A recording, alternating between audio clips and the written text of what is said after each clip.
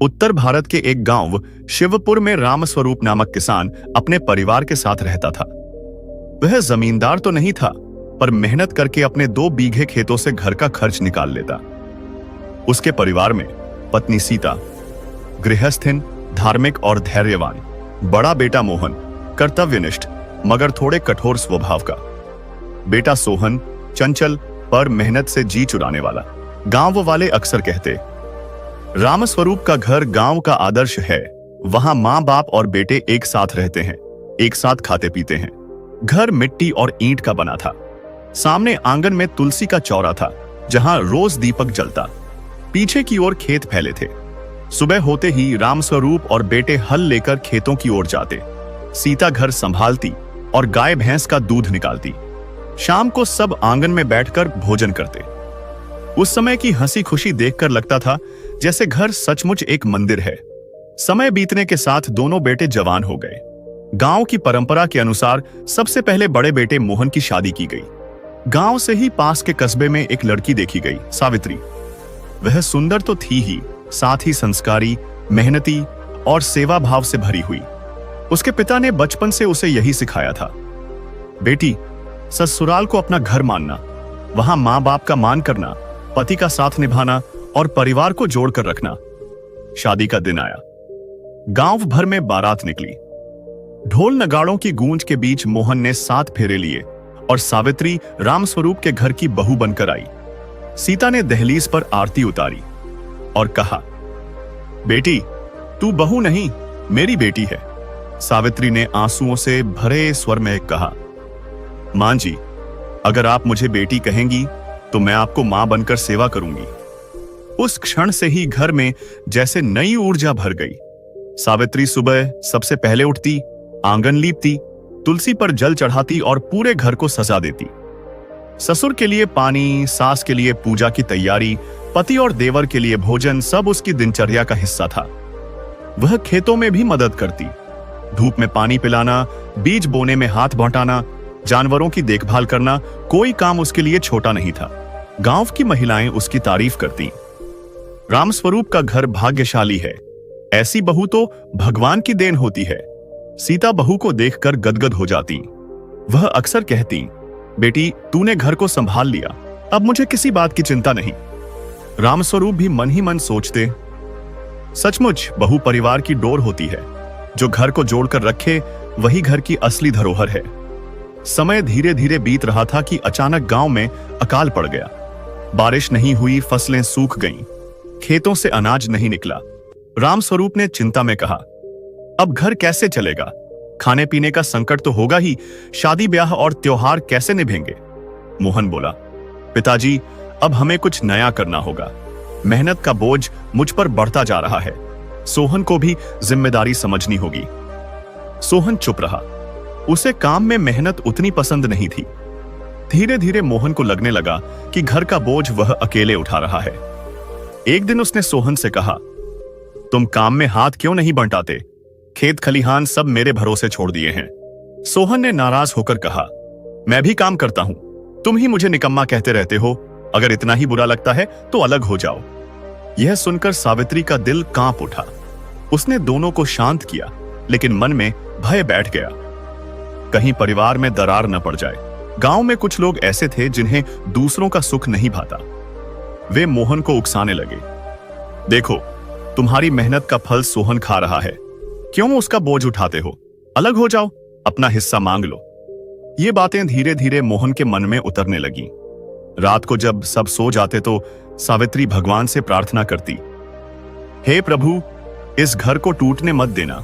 चाहे मेरा सुख छीन लो, लेकिन इस परिवार को एक रखो। उसकी आंखों से आंसू बहते रहते। वह जानती थी कि पति का साथ निभाना उसका धर्म है, लेकिन सास ससुर की सेवा करना भी उसका कर्तव्य है। सावित्री के मन का डर अब सच होता दिख रहा था। मोहन के मन में यह धारणा गहरी बैठ चुकी थी कि घर का बोझ मैं अकेला उठा रहा हूं, जबकि सोहन सिर्फ मौज करता है। वह अक्सर अपने मन की बात पत्नी से कहता, सावित्री, मैं कब तक सब कुछ अकेला संभालूं? खेतों में दिन रात खपता हूं, लेकिन सोहन जरा भी गंभीर नहीं है। अगर हम अलग हो जाएं तो मुझे कम से कम चैन तो मिलेगा। सावित्री ने आंसू भरी आंखों से कहा, जीवन में सुख दुख आते रहते हैं, लेकिन घर एक बार टूट गया तो फिर कभी नहीं जुड़ता। मां जी, पिताजी की उम्र अब बंटवारा सहने की नहीं है। आप अलग होने की बात मत कीजिए। मोहन चुप तो हो जाता, पर उसके मन की गांठें नहीं खुलती। गांव में अब लोग खुलेआम कहने लगे, रामस्वरूप के घर भी अब दरार पड़ने वाली है। किसी ने सीता से कहा, बहन, यह तो होना ही था। आजकल बेटों का स्वभाव ही ऐसा हो गया है। कौन मां बाप के साथ बूढ़ापे तक रहना चाहता है? सीता यह सुनकर व्याकुल हो जाती। वह कहती, मैंने तो सोचा था कि मेरी छत तले दोनों बेटे, बहू और पोते पोती रहेंगे, लेकिन लगता है अब वह सपना टूट जाएगा। एक दिन खेत से लौटते हुए मोहन और सोहन में जोरदार बहस हो गई। मोहन गुस्से में बोला, तू कभी काम में मन नहीं लगाता, सारा बोझ मेरे सिर पर है, क्यों मैं अपनी मेहनत का फल तेरे साथ बांटूं? सोहन ने भी तैश में आकर कहा, अगर इतना ही भारी लगता है तो अलग हो जा, मुझे तेरे तानों की जरूरत नहीं। यह सब सुनकर पास खड़ी सावित्री का चेहरा पीला पड़ गया। उसने तुरंत दोनों को शांत किया। भैया भाई खून से जुड़े हैं, जरा जरा सी बात पर टूटना ठीक नहीं। मां जी, पिताजी के सामने यह सब मत करो। लेकिन उस दिन के बाद दोनों भाइयों की आंखों में दूरियां साफ झलकने लगी। रामस्वरूप ने जब यह सुना तो दोनों बेटों को अपने पास बुलाया। उन्होंने बड़े ही शांत स्वर में कहा, बेटा, परिवार खेतों की तरह होता है। खेत अगर बांट भी जाए तो उसमें उगने वाली फसल का स्वाद वही रहता है, लेकिन परिवार बांट गया तो मिठास खत्म हो जाती है। तुम दोनों हमारे बुढ़ापे की लाठी हो, हमें मत तोड़ो। मोहन ने आंखें झुकाकर कहा, पिताजी, मैं आपकी इज्जत करता हूं, लेकिन मैं अब अलग रहना चाहता हूं। मुझे अपना हिस्सा चाहिए। सीता की आंखों से आंसू झरने लगे। उन्होंने कहा, बेटा, हमें मार डालो, पर ऐसा मत कहो।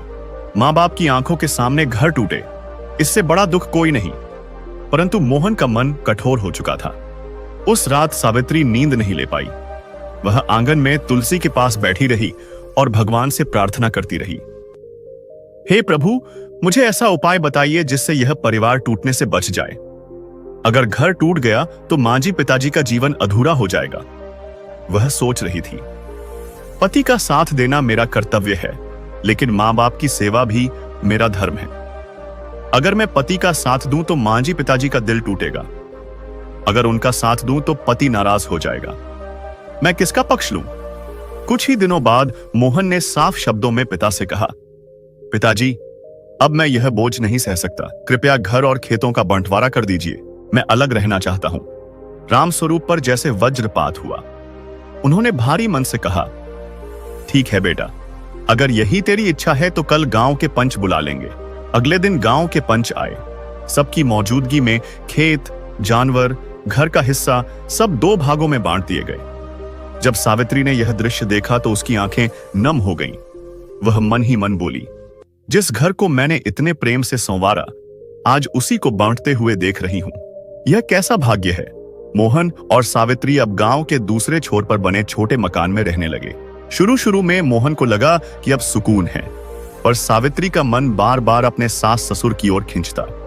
वह सोचती, वे बूढ़े हैं, सोहन कितना करेगा? मां जी बीमार पड़ जाएं तो कौन देखभाल करेगा? पिताजी को दवा कौन देगा? इसलिए वह अक्सर चोरी चुपके अपने पुराने घर जाती, खाना बनाती, दवा देती और उनका हाल चाल लेती। एक दिन सीता ने बहू को पकड़ लिया और कहा, बेटी, तू बार बार हमारे पास मत आया कर, तेरे पति को बुरा लगेगा। सावित्री ने आंसुओं से कहा, मां जी, अगर मैं आपकी सेवा न करूं तो बहुपन की मर्यादा कहां रहेगी? पति का धर्म निभाना मेरा कर्तव्य है, लेकिन सास ससुर का सम्मान करना भी मेरा धर्म है। मैं आपको अकेला नहीं छोड़ सकती। रामस्वरूप और सीता की आंखें भर आईं। उन्होंने मन ही मन सोचा, हमारा बेटा चाहे दूर हो गया, लेकिन हमारी बहू ने रिश्तों की डोर थाम रखी है। अब गांव में लोग कहते, देखो, रामस्वरूप का बेटा अलग हो गया, पर उनकी बहू अभी भी रोज उनकी सेवा करती है। ऐसी बहू सचमुच लक्ष्मी होती है। सावित्री को इन बातों से कोई खुशी नहीं मिलती। उसका बस एक ही उद्देश्य था, परिवार को जोड़कर रखना, चाहे इसके लिए उसे अपना सुख क्यों न कुर्बान करना पड़े। सुबह का समय था। हवेली में हलचल बनी हुई थी। आंगन में तुलसी के पास दीपक जल रहा था और पुत्रवधू आरती कर रही थी। उसका चेहरा शांत था, जैसे भीतर कोई गहरी आस्था और शक्ति छिपी हो। जीवन ने उसे अनेक कठिनाइयों से गुजार दिया था, लेकिन उसने हर परिस्थिति में संयम और धैर्य बनाए रखा था। पिछले कुछ महीनों में घर में काफी उतार चढ़ाव आए थे। कभी भाइयों के बीच विवाद, कभी आर्थिक संकट, तो कभी रिश्तेदारों की नाराजगी।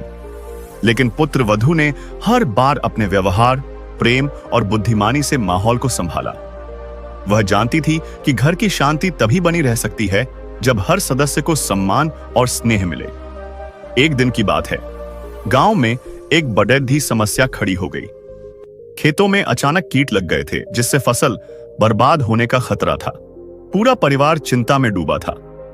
बड़े बड़े किसान भी परेशान थे। पति और ससुर रोज पंचायत में जाते और लौटकर मायूस हो जाते। घर का खर्च कैसे चलेगा, इसका कोई रास्ता नहीं दिख रहा था। उस रात पुत्रवधू ने सबको समझाया, यह समय घबराने का नहीं है। अगर सब मिलकर कोशिश करेंगे तो कोई न कोई उपाय जरूर निकलेगा। घर को बचाने के लिए हम सभी को एकजुट होना होगा। उसकी यह बातें सुनकर ससुर की आंखों में आंसू आ गए। उन्होंने कहा, बेटी, तूने तो इस घर को संभाल लिया है। सच कहूं तो तेरा धैर्य देखकर मुझे अपने समय की याद आ जाती है। तू सच में इस घर की लक्ष्मी है। अगले ही दिन पुत्रवधू ने गांव की औरतों को इकट्ठा किया। उसने सबको सलाह दी कि खेतों की रक्षा करने के लिए प्राकृतिक उपाय अपनाए जाएं।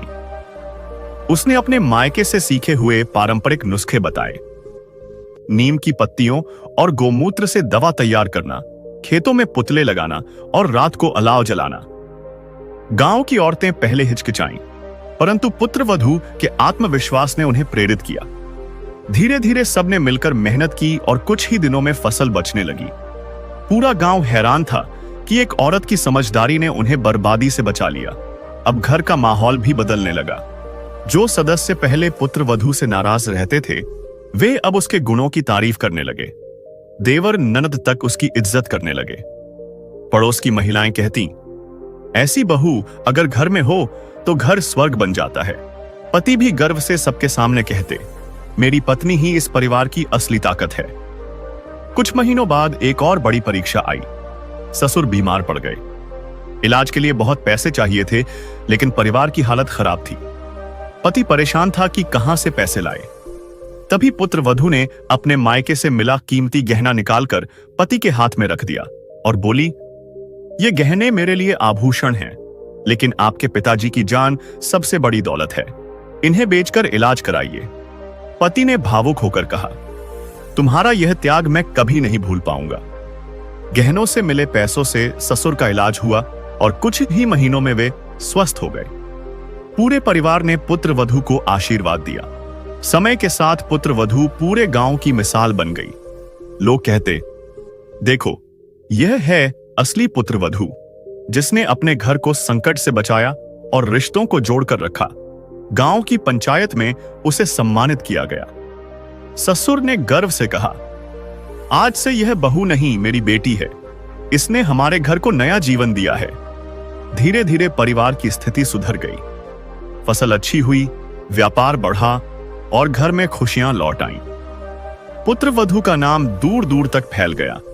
लोग अपनी बेटियों को समझाते, इस पुत्रवधू की तरह धैर्य, त्याग और प्रेम अपनाओ, तभी जीवन सफल होगा। पुत्रवधू ने सिद्ध कर दिया कि परिवार की असली शक्ति न तो धन है और न ही शक्ति, बल्कि रिश्तों में बंधा हुआ विश्वास और एक स्त्री का त्याग ही है। दोस्तों, यह कहानी हमें यही सिखाती है कि पुत्रवधू यदि धैर्य, प्रेम और समझदारी से घर को संभाले तो परिवार हर संकट से उबर सकता है। त्याग और सेवा भाव ही रिश्तों की नींव है। एक स्त्री पूरे परिवार को जोड़ने और संवारने की ताकत रखती है।